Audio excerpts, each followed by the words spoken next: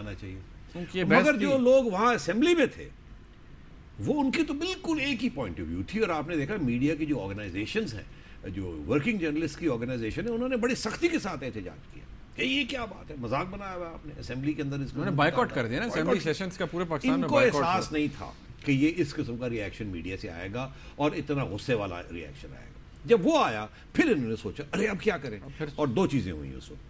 ایک یہ کہ پیپلز پارٹی والوں نے دیکھا یہ اچھا موقع ہے, ان کو جوتیاں پڑ رہی ہیں, ڈسٹنس بھی کر لو, پیچھے ہٹ جاؤ.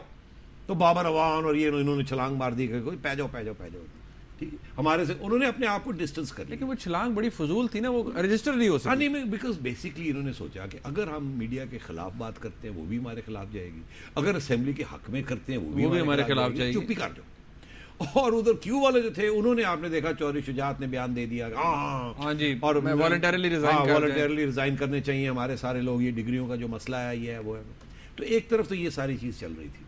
دوسری طرف ایک اور بھی بہت اہم بات تھی کہ جینیونلی تینوں پارٹیز کے اندر ایک چیز کے اوپر یکجہتی ہے. وہ یہ ہے کہ یہ جو ڈگریز کا جو معاملہ ہے اس کے دو پہلو ہیں. پہلا پہلو یہ ہے کہ ہمیں ڈسکریڈٹ کیا جا رہا ہے, سارے سیاستدانوں کو, ساری جمہوریت کو ڈسکریڈٹ کیا جا رہا ہے. کیا اس کے پیچھے کون سا ہاتھ ہے؟ آپ نے دیکھا بابر اوان صاحب نے بھی اشارہ کیا کہ پیچھے کوئی ہاتھ ہے اس کے.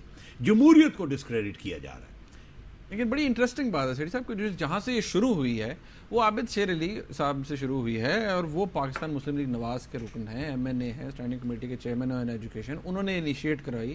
تو پیچھے ہاتھ اور کس کا, عابد شیر علی کے پیچھے کسی اور کا ہاتھ ہے؟ نہیں, میں یہ سمجھتا ہوں کہ عابد شیر علی کو, نواز شریف صاحب کو احساس ہی نہیں تھا کہ اتنا گہرا پرابلم یہ بن گیا. یہ اپنی ہائی مورل گراؤنڈ لے رہے تھے کہ اب کیونکہ یہ سپریم کورٹ نے اور یہ عدالتوں نے شروع کر دیا, ہم ہی کیوں نہ کہہ دیں کہ ہم اس کے پیچھے, ہم بڑے صاف ہیں. جیسے آج چوری شجاعت نے بیان دیا دیا, بڑی لیٹ دیا نا, بہت لیٹ. میاں صاحب نے بھی لیٹ دیا, اجمل آصف کو کر لی فارغ جعلی ڈگری والے, پھر وہ الیکٹ بھی ہو گئے. ان کا یہ خیال تھا کہ 8 10 12 لوگ ہو جائیں گے, کوئی ایسی بات نہیں ہے, ہم نیوٹرلائز کر دیں گے.